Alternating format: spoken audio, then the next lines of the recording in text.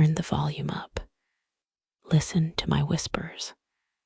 Close you eyes and let the darkness take shape around you. Every creak, every breath, every shadow you imagine is part of the story. Are you ready? Deep in the woods, where the light dies and the air smells of sap and rot, there's a forest no one dares to enter after dark. They call it Sugarwood. The villagers say the trees bleed syrup instead of sap, and that the sweetness hides something far more terrible beneath the bark. Tonight, you'll hear the story of two children, lost, starving, desperate, and the witch who was waiting for them. This is not the story you remember. This is not the fairy tale your mother read to you. This is the Sugarwood Witch. The forest was called Sugarwood. Locals whispered that it got its name from the way the trees bled sap, so sweet it drew insects from miles around. But no one in town dared to taste it. No one dared to step beyond the first row of trees after dark. No one, except for Gretel and her little brother Hansel. Their mother had fallen ill that autumn, and their father had been gone since the harvest. He'd gone into Sugarwood looking for work. Woodcutters said there were silver birches deep within worth a small fortune. He never came back. Hunger was a cruel thing.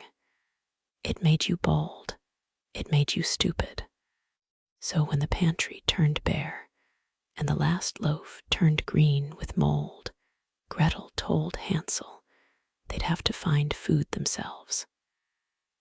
She was 12, old enough to know better, but hunger had made her brave. Hansel, only 9, followed because he trusted her more than anything in the world. They waited until twilight. The sky turned to bruised purple as they crept into the forest, following the silver thread of the river. They brought a small wicker basket, a knife with a cracked handle, and a half-burned lantern. At first, the woods were quiet, only the distant cry of crows and the crackle of dry leaves underfoot. Then came the smell. It was faint, like roasted nuts and sugar. It made their stomachs twist and growl. Hansel whispered, "Do you smell that?" Gretel nodded. Maybe someone's cooking. The smell drew them deeper, through tangles of thorns and trunks that looked like old bones. The lantern flickered with each step, painting the forest floor in shaky gold. They followed the scent until the trees opened up into a clearing. And there it was, a cottage, if you could call it that, sitting squat in the clearing like a toad. Its walls were made of gingerbread bricks, glazed with syrup so dark it gleamed like amber. The shutters were spun sugar, and the roof was tiled with caramel shingles. Smoke curled from a crooked chimney, carrying that same sweet smell of roasted sugar and spice. Hansel's eyes went wide. "It's real," he breathed. Gretel hesitated. The air felt too still. Even the crickets had gone quiet. "Don't touch anything," she warned, but Hansel was already stepping forward. He plucked a piece of frosting from the window frame and popped it into his mouth. His eyes rolled back. "It's so good," he mumbled. "Hansel," Gretel hissed, but the sweetness hit her nose again, and she felt her own resolve soften. Her lips trembled. One bite couldn't hurt, just one. She broke off a piece of gingerbread wall, warm to the touch, as if the oven still burned inside. The taste was intoxicating, soft, spiced, perfect. For a moment, the world disappeared. She forgot the empty house, forgot her mother's cough, forgot the dark woods around her. Then a voice cut through the night, soft crooning, like syrup poured over broken glass. Well, well, what lovely guests I have. Gretel dropped the gingerbread. Hansel froze, crumbs on his chin. The cottage door creaked open, and out stepped a woman, or something wearing the shape of one. She was tall and thin, her skin the color of old wax. Her hair was white, spilling down her shoulders like cobwebs. Her eyes were black, wet, and gleaming like beads of jet. She wore a dress that shimmered like beetle wings and moved with the sound of rustling paper. "Come in, my dears," the woman cooed. "You must be cold and hungry." Gretel took Hansel's hand. We should go," she stammered. But the woman smiled, and her teeth were too small. "Too many. Oh, nonsense. You've come such a long way. There's stew on the fire, and sugar bread. You wouldn't be so rude as to refuse hospitality, would you?" Something in her voice pulled them closer.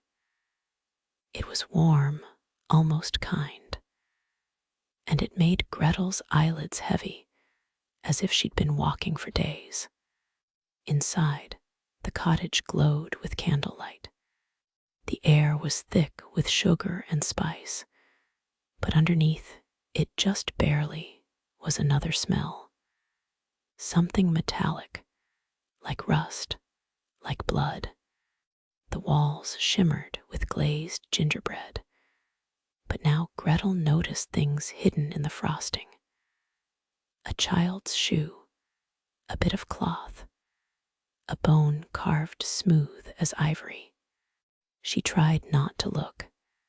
The witch, because she could no longer pretend that's not what the woman was, ushered them to a table. 2 steaming bowls of stew waited. Dark chunks floated in the broth, but Gretel didn't dare ask what kind of meat it was. "Eat," said the woman softly. "You must keep your strength up." Hansel didn't hesitate. He dug in, slurping the sweet salty soup.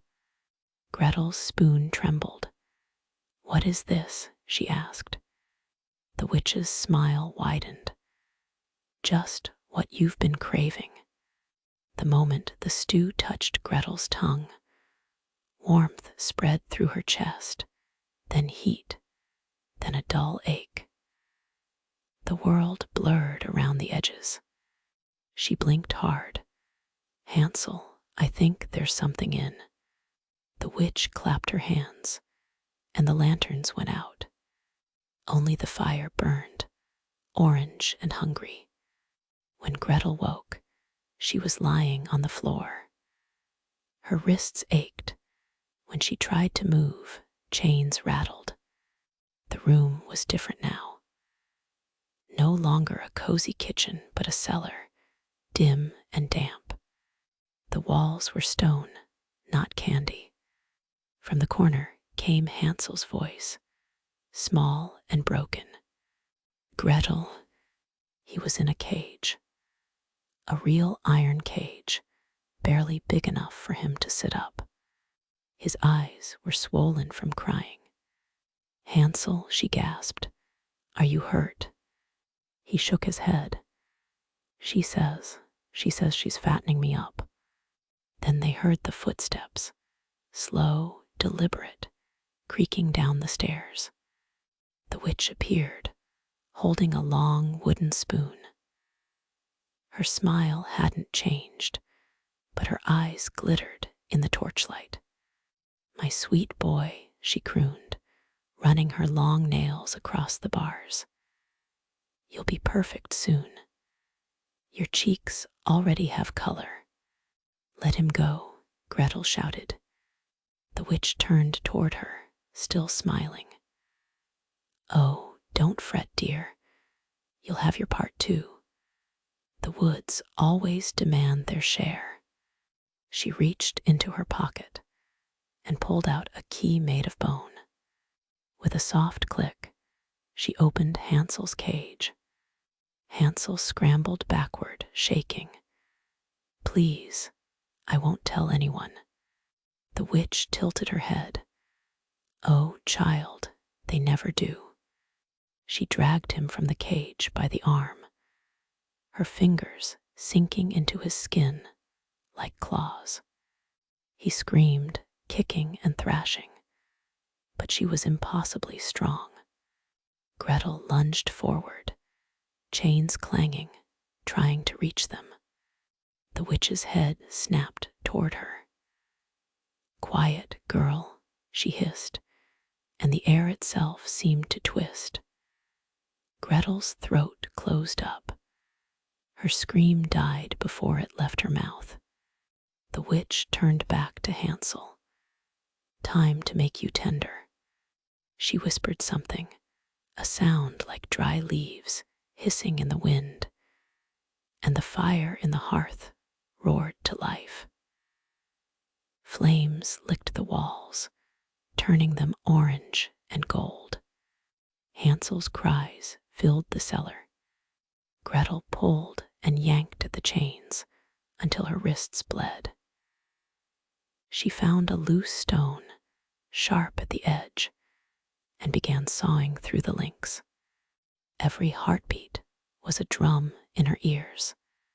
She didn't stop, even as Hansel's screams went hoarse, then silent. When the final link snapped, she stumbled to her feet. The witch was humming now, stirring a pot. The smell was thick and heavy, like roasted meat. Gretel crept up behind her, grabbed the iron poker from the fire, and swung. The poker struck the witch's shoulder with a sickening crunch. She shrieked, not in pain, but in fury. The sound shook the walls. Her skin peeled away like wax, revealing something gray and slick beneath. "You wicked little thief," she hissed. "You think you can harm me." Gretel swung again, tears streaming down her face. "What did you do to my brother?" The witch smiled, and for the first time, Gretel saw what was simmering in the pot. Tiny fingers, a small hand. The world went white. She screamed and lunged forward, knocking the cauldron over. Boiling broth spilled across the floor, splattering the witch's legs. She howled and staggered back. Gretel grabbed the bone key from the table and ran for the stairs. The forest outside was darker than night itself, but she didn't care. She ran until her lungs burned, until her legs trembled.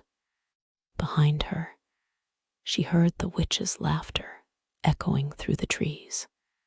"Run, little one," the voice sang. "The woods always bring them back." Gretel stumbled through the undergrowth, blind with grief. But Sugarwood wasn't done with her. The trees closed in, twisting their roots around her feet. The air turned thick as syrup. The path she'd come from was gone. She tripped, fell to her knees, and when she looked up, there was the cottage again. Perfect, whole, waiting. The windows glowed soft gold, as though nothing had ever happened. A shadow moved inside. "No," Gretel whispered. "No, no, no." She turned to run, but something caught her ankle roots, thick and wet, dragging her backward. She clawed at the dirt, screaming as they pulled her to the door. It opened by itself with a groan, and the smell of sugar and smoke poured out. The witch stood inside, whole again, her face smooth and smiling. "I told you," she whispered. "The woods always bring them back." Gretel tried to fight, but the roots were already around her wrists, her throat. They dragged her toward the hearth, where a new fire burned. Above it hung a fresh pot, bubbling gently. The last thing Gretel saw was the witch's smile, wide and shining in the firelight. The last thing she heard was her own name, whispered like a lullaby. And in the heart of Sugarwood, the fire crackled, and the smell of sweetness rose once more. They say that if you walk too far into Sugarwood on a cold night, you'll hear laughter between the trees, a boy and a girl, and a woman humming softly as she stirs her pot. Some say the witch is still hungry. Others say she never needs to be, because Sugarwood always brings them back. If you enjoyed tonight's story, don't forget to leave a like, comment, and subscribe for more nightmares. Sweet dreams, travelers. And whatever you do, don't follow the smell of sugar.